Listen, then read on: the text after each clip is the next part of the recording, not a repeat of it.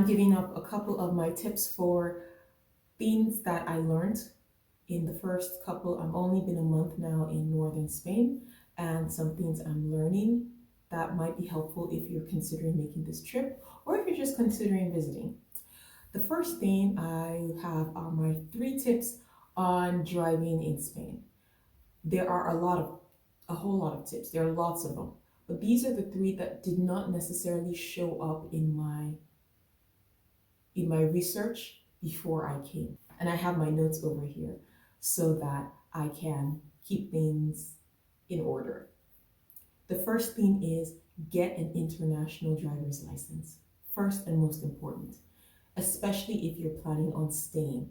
The first reason is that when you come in, especially in Spain, you can't really drive just on your American license. You need to drive with an international and your American license, especially if you get stopped by the police for speeding or anything else. Now, um, with your international driver's license, they say you can drive 6 months. I actually think you can actually drive up to a year with it. The issue is that you can only apply for your international driver's license in the country you're living in. So I could only apply for my American international driver's license while I was in America.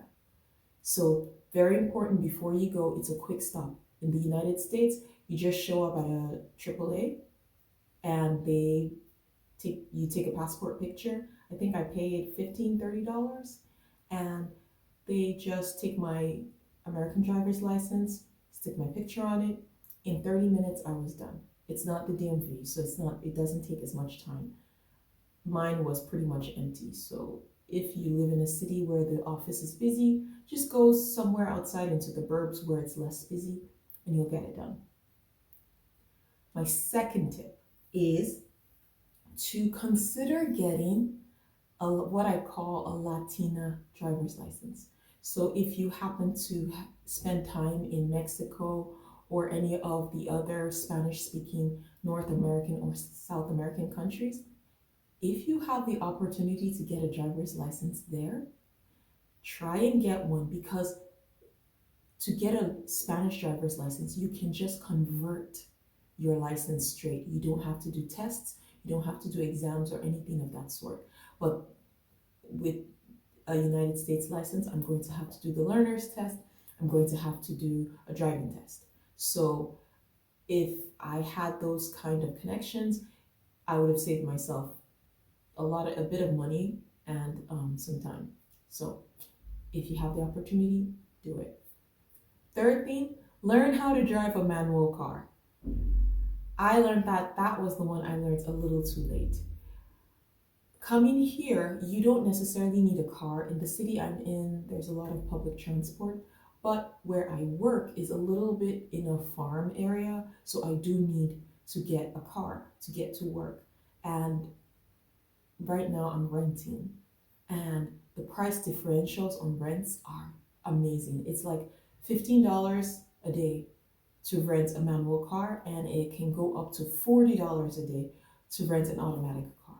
So I would say if you have the opportunity, learn how to drive a manual car.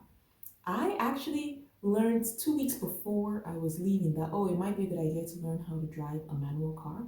So I went to the literal one class in my city.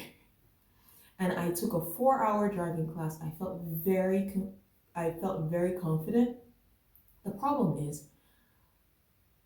my city is very flat. There are no hills whatsoever. And the one thing I had a problem with was starting on a hill. Well, guess what? Northern Spain is full of hills. So I was so terrified of even trying to rent a manual car that I decided that I'm going to take my classes in learning manual and figure it out that way.